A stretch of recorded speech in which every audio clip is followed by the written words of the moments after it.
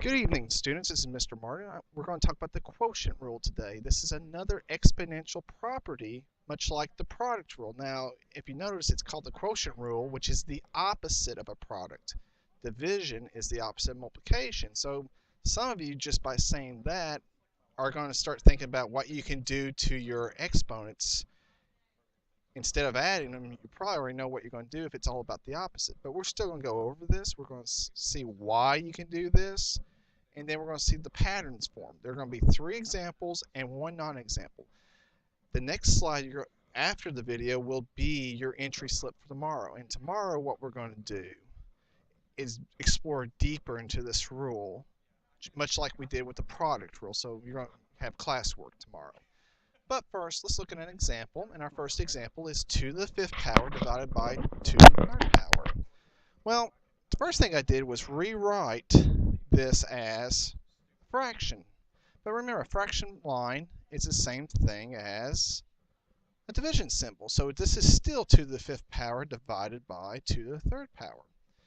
Next thing I'm going to do is expand upon it. You may want to write this down because this is going to show us why we can do what we're going to do later on without having to do this extra step here. But here's the thing. On top, I'm showing you there's 5 2's being multiplied together, just like it says up here. Here, I'm showing you 3 2's multiplied together, just like it says there. Here's the thing you can do, though. We can cancel out 2's here as long as there's a 2 on top and a 2 on the bottom. So we're going to pair them up and cross them out. So, for example, this 2 here basically cancels out with the first 2 on the bottom. So these 2 2's cancel out. It's kind of like on a fraction. This 2 and this 2 cancels each other out. This 2 and that 2 cancels out. Well, look what we have left. We have 2 times 2. Well, what is 2 times 2 as an exponent? Well, the base is 2 because that's what you're multiplying, and the exponent's 2 because you have 2 of these. And there's your simplified answer right there. So if we go back and look at this and compare it to our answer here, our 2 remained the same, didn't they? Our bases remained the same. What do you have to do to 5 and 3 to get 2? Subtract. So, you're now starting to think, oh, yeah, this is not too bad. This is not hard at all. This seems pretty easy. Well, remember, this video is to get you introduced into it, to get this little shortcut in your mind so you don't have to do all of this in the middle. But we're just going to keep going through examples and a non-example just to kind of cement it into your head. So let's go to our next example, which is 10 to the 6th power divided by 10 to the 5th power. Now, if you notice, I just went ahead and wrote it as a fraction because this is really how you should show this. This makes your life a little easier. Some of you already probably got your answer just based on our first example, but just in case, I expanded out 10 to the 6th power, put it on the numerator, and underneath the fraction bar in the denominator, I have 10 to the 5th power. So now what we're going to do is cancel out pairs of 10s. So 1 10 up here and 1 10 down here cancel out. And we keep doing that all the way down until we have no 10s left on one side. Well, we're out of 10s. We canceled out 5 pairs of 10s and we're left with this one. So what's our answer here going to be? Well, it's actually just going to be 10. But what power is a 10 by itself? It's to the 1st power. Well, let's think about this for a second. What can we do with 6 and 5 to get 1? Subtract. So there's your shortcut for this. Our bases were the same, so our simplified answers have the same base. The only thing we had to do was subtract our exponents. Let's look at a non-example real quick. And here's our non-example. 10 to the 4th power divided by 2 to the 3rd power. Well, I expanded this out, didn't I?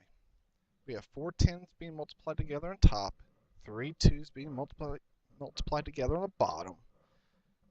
Are they the same? No. Now, you may be asking yourself, well, I can still cancel these out, can I? Well, yeah, you can, but the point of this problem is, are the bases the same? Are we going to have some 10 to some power, or are we going to have nothing but 2 to some power? For example, are we going to have 10 to the 1st power or 2 to the 1st power? No. We can't do that because we have different numbers up here. We have 10s on top and 2's on the bottom. Now, if you want to know the answer to this or a way we can simplify this, you can bring this to class tomorrow and ask me about this one. We can talk about how to simplify this, but really, we don't have to go this deep into it. But it's nice to know anyway. But I'm just showing you why this doesn't work for all exponential expressions. So now let's go to our last of our actual examples, which is 3 to the third power divided by 3. And as you can see, I went ahead and expanded. 3 to the third power is 3 3's in a multiplication power, and we put it on top because it was on top here. And we put our little single 3 on the bottom. Well, how many 3's can we cancel out here? Well, we have 1 up here and 1 down here. Well, here's our answer right here, which is it's 3 to the second power because we have 2 of them. Well, look over here. We have a 3 on top, but what can we put on the bottom to show we have a single 3 there?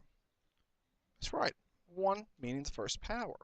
So if we take 3 minus 1, we end up with 2. And our base stayed the same, so we had 3 to the second power. This is once again one of those examples where sometimes you got to put in the exponent, but the only exponent you can actually plug in is a 1 when a number is by itself.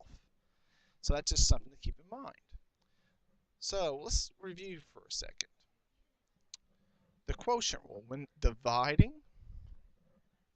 exponential expressions, you can subtract the exponents of the same base. You can always do that, and you can do it anytime. If we had 11 to the 5th power, and we had 11 to the 3rd power below it,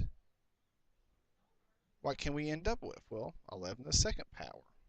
So that means if we had